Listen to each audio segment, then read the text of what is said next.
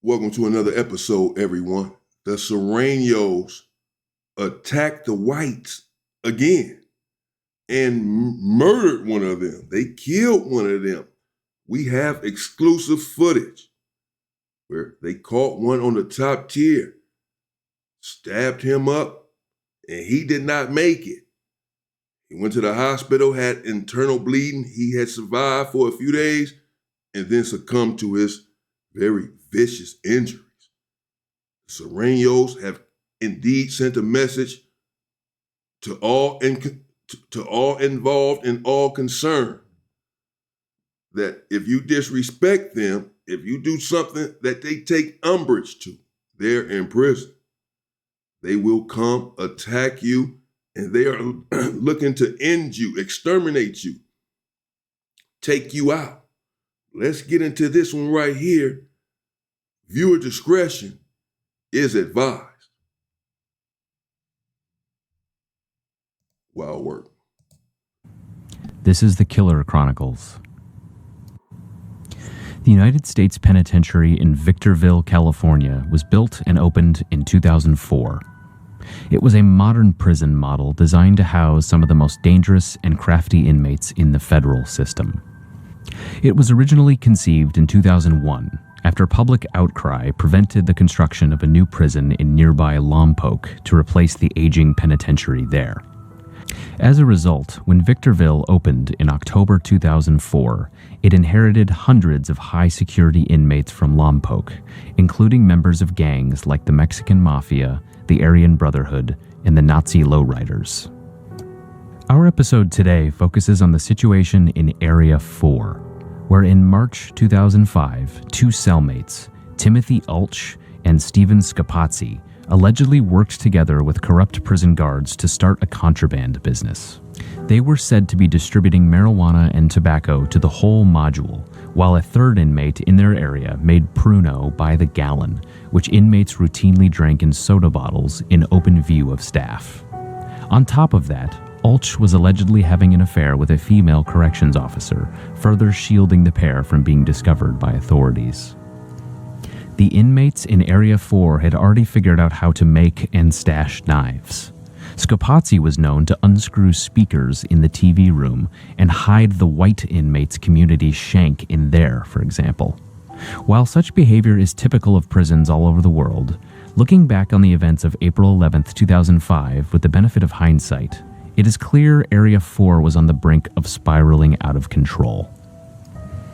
On the evening of April 11th, inmates were on an indoor recreation period where they were allowed outside of their cells but not on the outdoor yard. Some were showering, others were ironing their clothes or taking care of other minutiae in their day-to-day lives. Scapatsi, by all accounts, was getting drunk on Pruno and not doing a great job at handling his liquor. While in full view of numerous other inmates, Scapatsi began teasing Jose Yogi Murillo, a member of the Southside Whittier Sureno gang, who is serving a prison term for bank fraud and money laundering. It seems prudent to pause the narrative here and explain. So, we'll pause the narrative, but certainly liquor is involved, as we can see all the bottles of Pruno that the officers had confiscated. And he said here that the individual was intoxicated, drunk, and had apparently said something, did something that the Southsider, the Sureno, took umbrage to. What was said exactly, perhaps we're about to find out, but he said something. But alcohol is involved, which is why they say in prison, do not do any drugs whatsoever, do not drink alcohol. If you are going to do it inside of your cell, when the cell doors are locked at nighttime, when no one can get in your cell because everyone is inside of the cell. The prison is on lockdown every night. So do it then. If you just have to indulge, I would suggest you don't do it at all, because oftentimes it leads to volatile situations. Explain a bit about Scapatsi's background. Scapatsi was a large fellow, 6'6" and 300 pounds, and not one to back down from a fight. He was serving a 14-year prison sentence for operating a mobile meth lab and carrying a gun in Florida, and he had done his fair share of prison time in his 37 years. But Scapatsi wasn't a hardcore gangster. He was homeless when he was arrested, addicted to methamphetamine, and though he had all of his possessions in his vehicle where he was also allegedly cooking meth, he wasn't found with stacks of cash as high-profile drug dealers often are. One thing that separated him from others who ended up in the federal justice system was the mystery about his identity. Scapatsi used many names. It's not 100% clear that his real name was even Stephen Scapatsi. He also went by Kenneth Ferguson, David Fisher, and Big Dave, among a host of other aliases.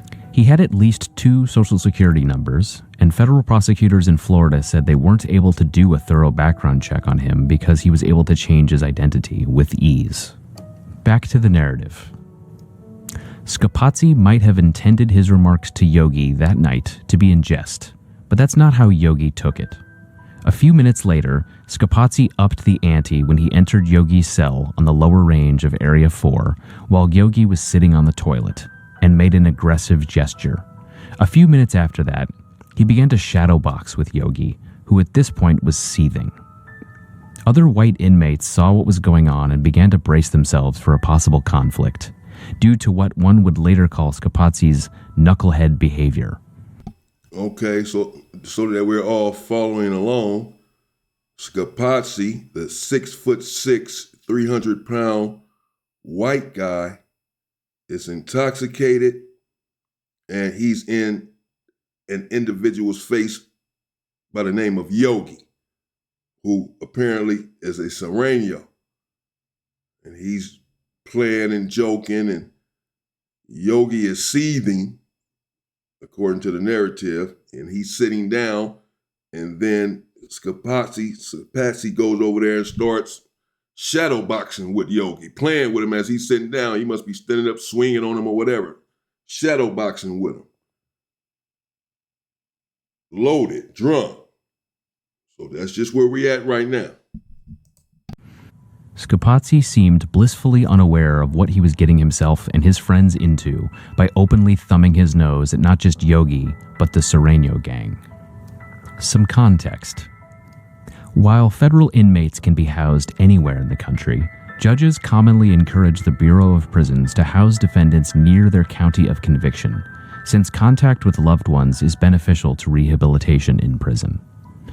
On the flip side, this can create a situation where local gangs in a particular federal prison can beef up their numbers. This could explain why the Sureño presence in Victorville Prison was so heavy.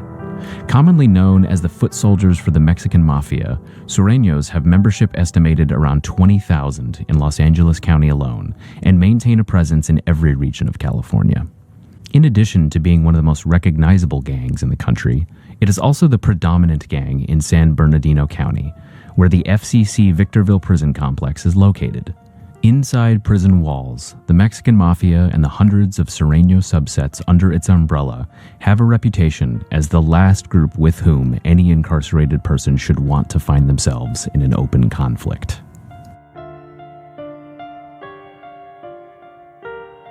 Around 8:12 that evening, inmate Robert Salazar, an elder among the Sureños, made one last-ditch effort to avoid a conflict.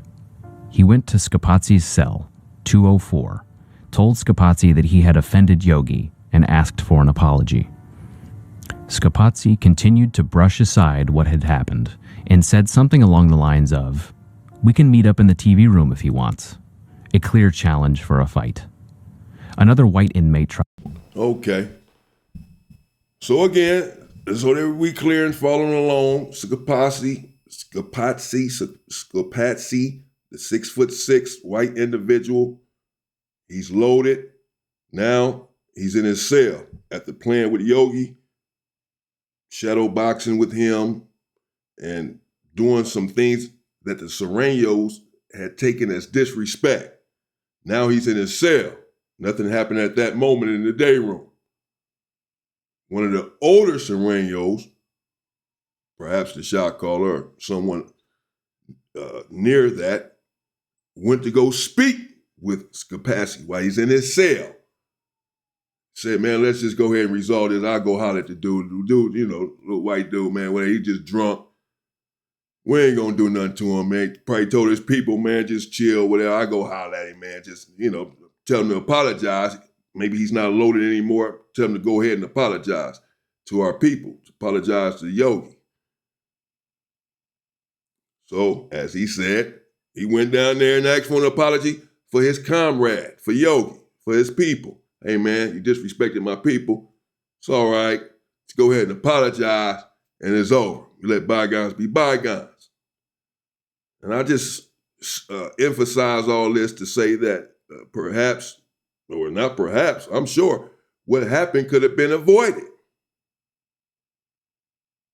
That's it. And the whites probably should have made him go and apologize. The whites normally, how it is, as I've said many times in prison, where I've done over 30 years, when someone disrespects another group, another ethnicity, or even someone from the same ethnicity, but in this case, another race, then you always go to that race and give them a chance to resolve the issue, to take care of their own people. Hey, man, your people disrespected me, take care of that. Or your people disrespected my people, take care of that. And then, if they do not take care of that, and then it's up, then it's on. Okay, we finna attack y'all. In this case, it doesn't really look like that necessarily happened. It looks like maybe the Sureño took it upon himself. I'm going to go holler at this dude and try to get the apology out of him. But the dude is perhaps still loaded or whatever, and he did not get an apology. And instead, he got a call out for a fade. Told him we can meet in the day room. That's what Scapatsi, whatever the hell, told this individual here, the older individual, I believe it was Salazar, Robert Salazar or something, who went down there to speak with him to solicit this apology. And he told him there is no apology. In fact, me and you can go squabble or whatever.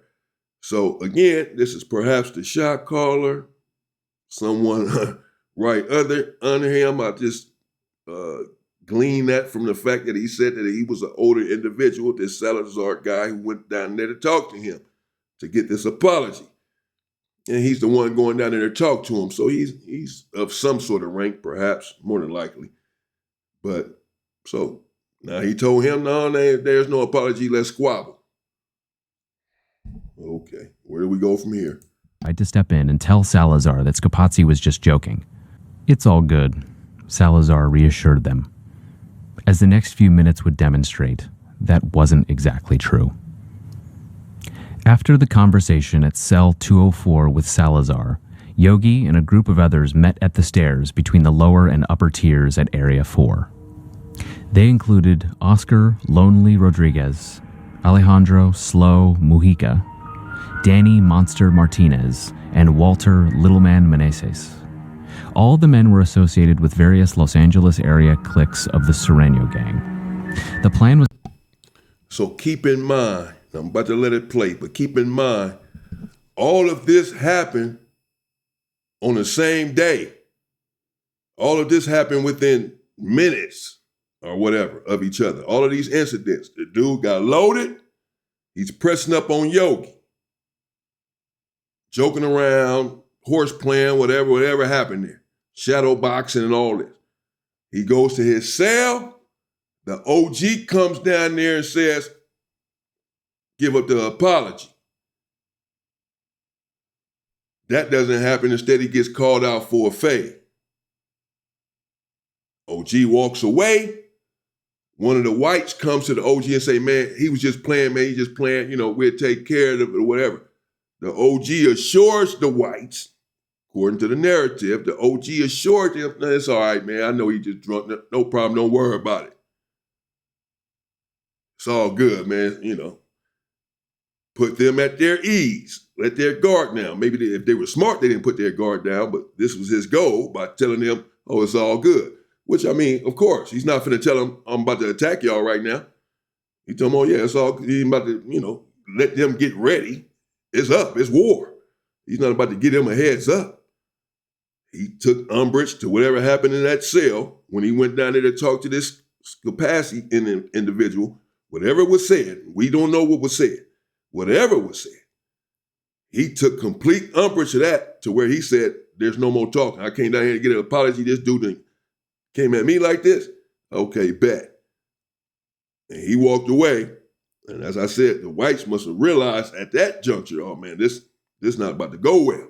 So they tried to approach him and tell him, hey man, our people was just, he loaded, whatever words were exchanged there. Sureño tells them, no problem, man, don't worry about it. It's all good. Don't trip. I know he loaded, I know he drunk, whatever was said there. And all of this happened back to back to back, right away. All of this happened within moments of each other, within minutes. So now, we're at the point where he done told the whites, it's okay, man. He walked away from the cell, told the whites, it's okay. And then they went and met up. The South, the Sureños on the top tier and on the bottom tier, they met up. Obviously, like, let's get them. It's about to go up. Fuck these motherfuckers. Fuck this shit. Tried to save them. Tried to go down here and talk to him. Now he done disrespected me. Talking about you gonna squabble me. Oh, hell no. And they pulled out them choppers. Now let's see what the hell happened. For Lonely, Yogi, and Slow to go inside cell 204 while Monster and Little Man stayed outside and kept watch. As the group was talking, Ulch departed cell 204 to go take a shower, but Scapatsi was not left alone. Two other inmates, Ryan Davis and Wayne Graham, remained in 204 with him. Davis would later testify as a prosecution witness that when the three Sureños entered the cell, their eyes were hard, their teeth were locked, and their jaws were clenched. "What the fuck's up now, Dave?" Yogi allegedly asked. Then they began to attack, swinging knives at Scapatsi and Graham, both of whom were struck multiple times as they tried to defend themselves. The fight soon spilled out into the range of the upper tier, and that's when Monster and Little Man joined in, punching and kicking both Graham and Scapatsi. The commotion was loud enough for Ulch to catch wind that something was up, and he hurried back to join in the fracas, just in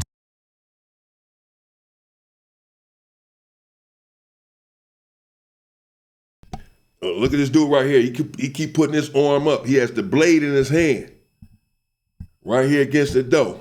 The three of them on the white dude right here against the door. He got the blade in his hand and he keep coming down right here in this gut, bro. All bad. All this just happened. Just kicked off. Bam. Whoop, whoop, whoop. Went from this to this to this. Quickly. And that's how it is in prison. From 0 to 1 trillion in a nanosecond when disrespect is involved. Believe me, it's gonna go up quick. You will expire quickly over disrespect. I don't know what happened here. It's not for me to say. I wasn't there. I'm just telling you. Generally speaking, when you disrespect anyone in prison, you can and often will lose your life. Time for the attackers to turn their knives on him. Meanwhile, another Sureño, Victor Mono Rocha, saw what was going on and he too rushed over to help, covering 140 feet in just 3 seconds to join the fight. Damn, Usain Bolt. I didn't even know Hispanics can run that fast. He got over there. God dang, the boy had wings. He was flying. That's crazy, man. I ain't making light of this because somebody lost their life as we're about to see. Gotta be careful. This prison shit ain't no joke. He grabbed Scapatsi by the ankles from behind and flipped him face forward into the concrete floor. Then he and Monster tried to throw the 300-pound Scapatsi over the railing. In the end, Graham, Scapatsi, and Ulch had all been stabbed. Scapatsi and Ulch required hospitalization. Doctors later determined that Scapatsi had been stabbed in the lung and the liver, causing internal bleeding. Though he was completely alert and appeared to be recovering after the attack, Scapatsi took a turn for the worse 4 days later and was declared brain dead. He died on April 16th at 6:02 p.m., almost exactly 5 days after the stabbing. Damn. That's it. Wrapped him up. And that was their target. That's the one that was supposedly drunk and all that and had started the whole thing. But there you have it. 2 of them ended up going to the hospital because, and 3 of them were stabbed bad or whatever, because as I said, this is what happens in prison. You end up paying a price for someone else's misdeeds or shortcomings or disrespect or debt or whatever. That's why it's important that you keep your homeboys in line, keep your homeboys in check. And that's why, people often say, or I've even been asked, man, why y'all jump on your own homies all the time or stab your own homie in there when he breaks a rule or whatever? Doesn't it shorten your own numbers? It's like, aren't you turning on your own homie for them? Or whatever. No, there are rules and you must abide by these rules, everyone. And if you flout the rules and the protocol, you will be dealt with, regardless of who you are. Because if you are not dealt with, then you jeopardize everyone else. It's not about fear. It's not about being scary. It's just about being prudent and smart and respecting everyone and respecting the rules. And should you flout the rules, then you're saying you don't respect your comrades because you're putting them in jeopardy. So in turn, they're going to say, you got to get the hell off the yard. You saying, fuck us, we're about to say, fuck you. You know what the rules are. We are not about to lose our lives or take a life over you and your foolishness. So they're going to crash you. And that's how you end up getting crashed by your own homies all of the time. The whites in this situation should have crashed him. Again, I wasn't there. So I don't know. And all of this seemed to have happened pretty quickly. But right when he was down there drunk and loaded and in the dude's face, I'm sure he was saying something, get out of my face. Or he wasn't just sitting there. I'm sure he was saying something because he already said the whites were starting to, get a little nervous. At that time, they should have went down there and grabbed that boy physically. What the fuck you doing? Slam him, grab him, get your ass, drunk ass in your cell, bro, or whatever. I'm just saying, man. Or crashed him. Straight up. Nobody told you to get drunk, come out here and do this. That's the whole point. That's why you can't do that. So they should have just crashed him right there. Boom, boom, boom. Mopped him up. A brutal removal. It would have saved some lives. In the aftermath of Scapatsi's death, the FBI and the Bureau of Prisons began to unpack why 6 Surenos had planned and carried out a brazen prison homicide indoors in front of security cameras.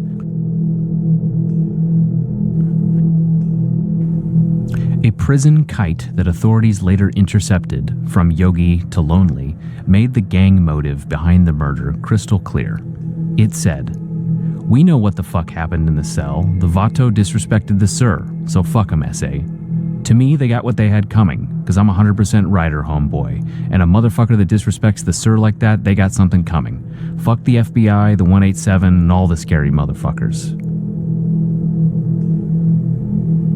In September 2005, just 5 months after the attack, Yogi, Lonely, Slow, Monster, Little Man, and Mono were indicted on charges of murder, conspiracy, and assault. The trial happened in 2008, and the jury seemed to keep an open mind throughout. Only Yogi, Lonely, and Slow, the 3 stabbers, were convicted of murder and sentenced to life in prison. Little Man was convicted of assault and got 5 years, while Monster was convicted only of throwing kicks during the fracas and received just 6 months. Mono was tried separately, convicted of assault, and received 87 months in prison. As they argued for leniency, Yogi's attorneys insisted that Yogi only stabbed Scapatsi in self-defense when Scapatsi pulled a knife first. As the case was moving toward trial, defense attorneys came across a potential bombshell when they began exploring a key question. Why did it take 5 days for Scapatsi to die when he appeared to be on track for recovery at first? The defense came up with an expert witness, Chief of Emergency Medicine at UCLA Medical Center, Dr. Marshall T. Morgan, who opined that Scapatsi, quote, would not have died of his injuries had he received minimally competent medical care. Morgan said that doctors at the Victor Valley Hospital failed to monitor Scapatsi's hemoglobin levels or do a CT scan of his abdomen, both of which are standard procedure. In the end, this revelation made no legal difference because the stabbing was still the proximate cause of Scapatsi's death. But it was yet another embarrassment to go along with the corruption among prison staff and the fact that a fatal stabbing occurred within the first 6 months of the prison's existence. That's it for now. Wow. and that's the Killer Chronicles. Shout out to the Killer Chronicles. Check out his channel. Wow. Let me know what y'all think in the comments, man. That's a lot. Somebody lost their life, over something didn't seem too big to us or to you, but in prison, it's very big. The slightest thing can be taken as disrespect. And once disrespect is detected or felt, interpreted, then violence always follows. Always.